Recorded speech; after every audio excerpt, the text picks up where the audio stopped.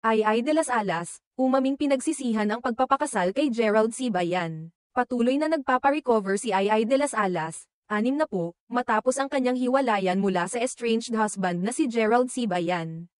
Kinumpirma ng aktres ang kanilang paghihiwalay noong Nobyembre taong 2024. Matapos na magdesisyon si Gerald na tapusin ang kanilang relasyon sa pamamagitan ng isang mensahe sa Viber noong ika-14 ng Oktubre taong 2024. Ayon kay Ay, ang dahilan ng paghihiwalay ay dahil nais ni Gerald na magkaanak, at hindi na siya masaya sa kanilang pagsasama.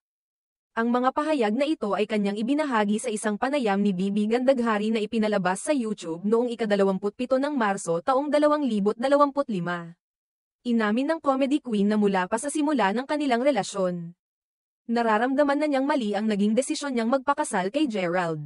Nang tanungin si Ay kung paano niya tinitingnan ang pananaw ng publiko na siya ay isang mabuting ina ngunit tila hindi pinalad sa pag-ibig, ipinahayag ng aktres ang kanyang saloobin na hindi siya tanga.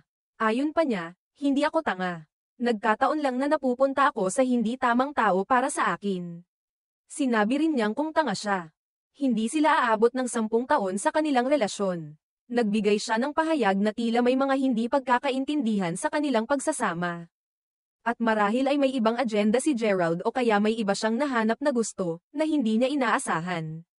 Dahil dito, tanong ni Gandaghari kung itinuring ba niyang isang mali ang desisyon niyang magpakasal kay Gerald, at agad naman itong sinagot ni Ay ng, "Yes." Ayon pa sa kanya, kumbaga, una, "Pinanindigan ko na lang, and parang gusto kong ipakita sa buong mundo na age doesn't matter. But it matters." Ayon kay Ay, sa kabila ng kanyang mga pinagdadaanan, natutunan niyang maging matatag at mas mapanuri sa mga susunod na hakbang sa kanyang buhay. Sa kabila ng lahat ng pagsubok na kanyang hinarap, malinaw na positibo pa rin si Ay sa buhay at ang kanyang mga anak ang nagsisilbing lakas at inspirasyon sa kanya. Bagamat may mga pagkatalo at sakit na iniiwasan, hindi ito naging hadlang para magpatuloy sa kanyang buhay.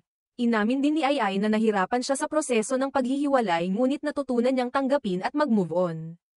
Ang mga pahayag na ito ni ay nagbigay ng mas malalim na pananaw sa kanyang buhay at mga desisyon. Ipinakita niyang hindi rin siya perpekto at may mga pagkakataon ng pagkakamali. Ngunit mas pinili niyang magpatuloy at magbago. Sa kabila ng kanyang mga personal na problema, patuloy siyang nagsisilbing inspirasyon sa iba, lalo na sa mga kababaihan. Na ang halaga at kaligayahan ay hindi nasusukat sa mga relasyon kundi sa kakayahan nilang magpatuloy at maging maligaya sa kanilang mga sarili. Sa ngayon, si ay patuloy na nagsisilbing huwaran sa mga tagahanga at sa industriya ng showbiz. At ang kanyang kwento ng pagbangon mula sa mga pagsubok ay nagpapatibay ng kanyang posisyon bilang isang malakas na babae at ina.